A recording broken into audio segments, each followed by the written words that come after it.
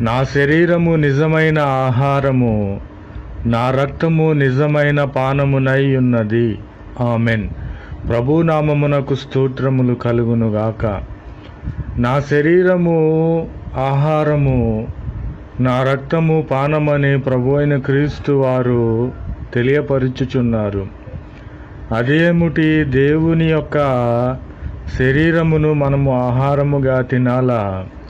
దేవుని యొక్క రక్తమును పానముగా చేయాలా, మనము త్రాగాలా అని మనకు సందేహము కలగవచ్చును.